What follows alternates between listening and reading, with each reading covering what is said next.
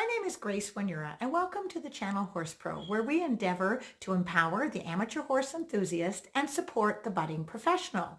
Today, we're going to be talking about our second episode in our training series, and basically we are dealing with a method or a different exercise, which would be for an intermediate jumping rider, although I will show you a few modified versions of it. And what we're doing today is we're working on straightness, accuracy, and helping the hind end become a little quicker, possibly helping with the lead change, and also shaping or turning the horse and balancing correctly into a turn. So that's the good stuff of today. So basically, I'm going to show you the exercise done in two different directions with our test rider today, who is Mary Skey of Crossfield Farm, riding her wonderful horse, Cori. I've been helping Mary for about a year now, and Mary has already been a successful 3-foot and 3'6" amateur hunter rider. She has one horse she loves to ride, and she does all the work herself. So you are in for a treat. I'm going to show you Mary performing the exercise, and then we're going to go over it on the blackboard.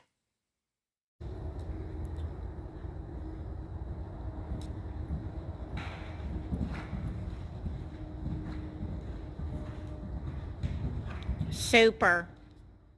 Think of the straightness before and after. That's the key. Think of the straightness. Yeah, there you go. You see the difference?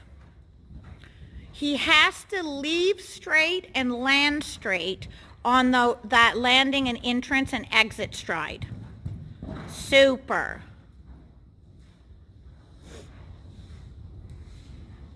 Hand low a little bit. Hand low. Super. Lower it down. Lower it down when you take the reins. Wait one. Super. Thigh.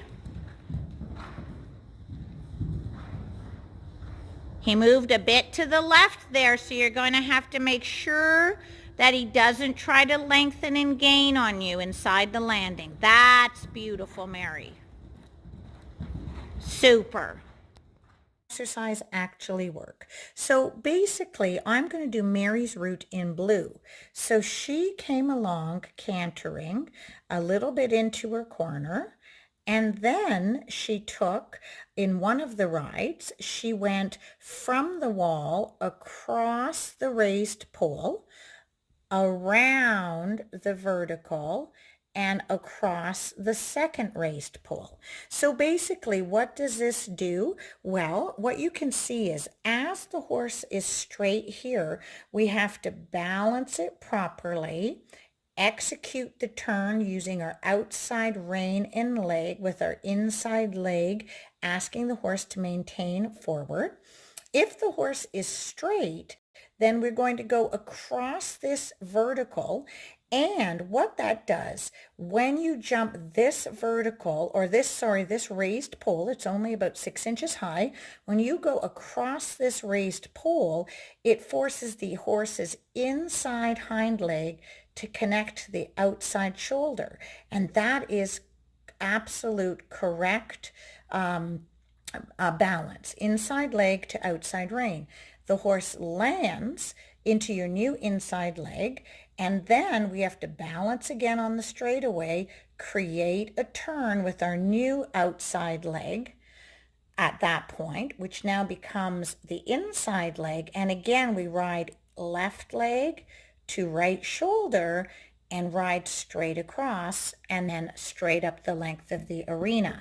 Now, how does this actually create straightness in the horse? Well, by aiming for the middle and not jumping to the right or left on the landing side, you can actually see if your horse is leaving off both hind legs correctly and landing by propelling himself straight. If he lands and he's right or left of center, you have a chance now to correct this because you see what you're looking for. Your connection is improved with your inside hind to outside shoulder.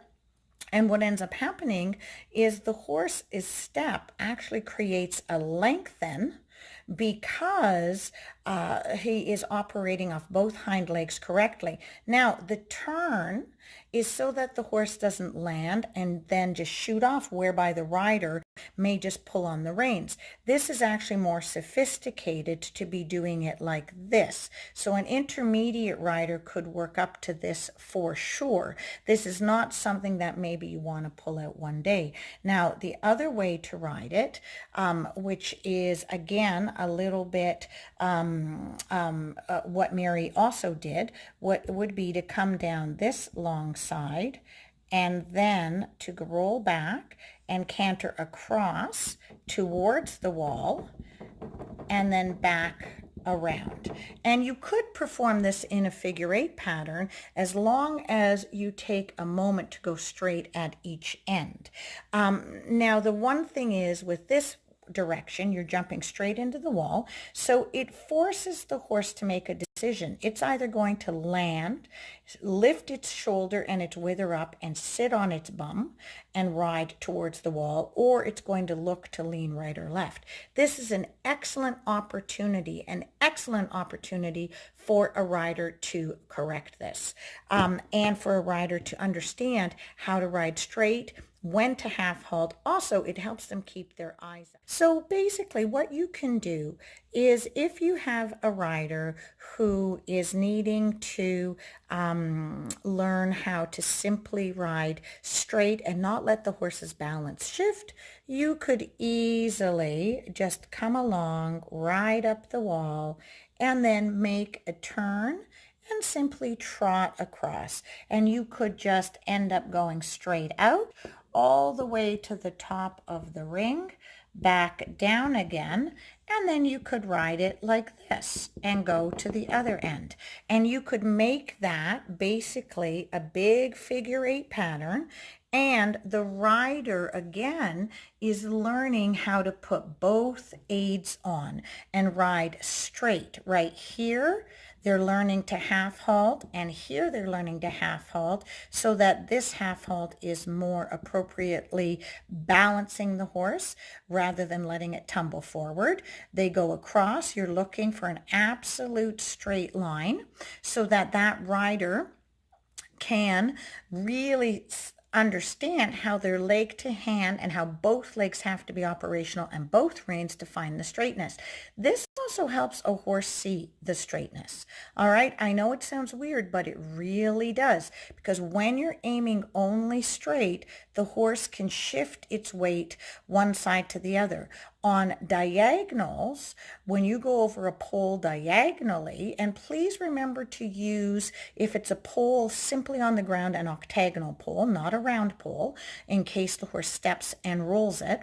But at this point, what you're doing is you're teaching them to ride, the rider to ride both hand to leg, leg to hand, and ride forward leg to hand in a straight line, which is what we're endeavoring to teach the horse at all times. It also helps to get the rider looking up, and it gives them a really nice way to work their leg to hand riding and get straight. Now, after performing this in trot, you could always do this in canter. Here for Mary, I had 23 feet to a vertical and 23 feet then to another pole, but you could easily lengthen this out so that another rider cantering was not quite so close, or you could just do this as poles without the vertical in the middle.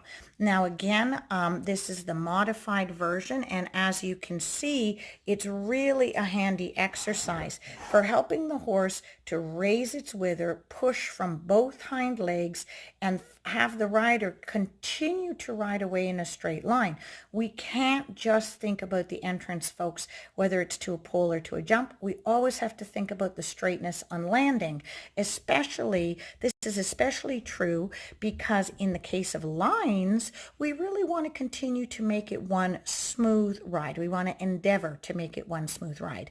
Now, this is part A of our angle exercises, and tomorrow I'm going to show you part B. So again, I've just shown you the modified version, and you can see if you work the modified version, you could also trot it like this and trot it like this up to the top and figure eight it back down that way, making it just a little bit more difficult. Now again, you could easily do this in trot. You could upgrade to the canter when you're ready, and then you could upgrade it into raised poles. The only thing here is you really want to try not to do it as X's, because it's a little unfair to the horse, because one side or the other is always higher, and if the rider isn't accurate, it really does make it just a bit more intimidating for the rider. And again, we're teaching the riders how to go straight before and after, even if there is a wall. We're teaching them where to balance before and after, or before and after, so they really understand that this fence, if it was this way, really is related completely to the before and after flat work. So again, I hope you've enjoyed this exercise, and I do hope it helps you to straighten your horses out, to get your riders riding back to front, and look up.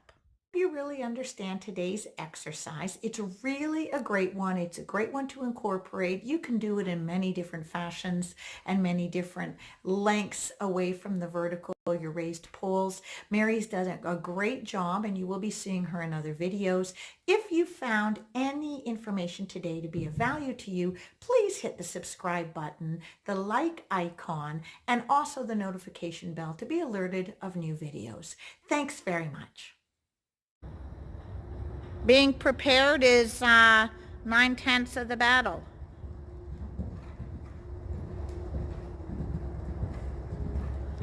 Awesome.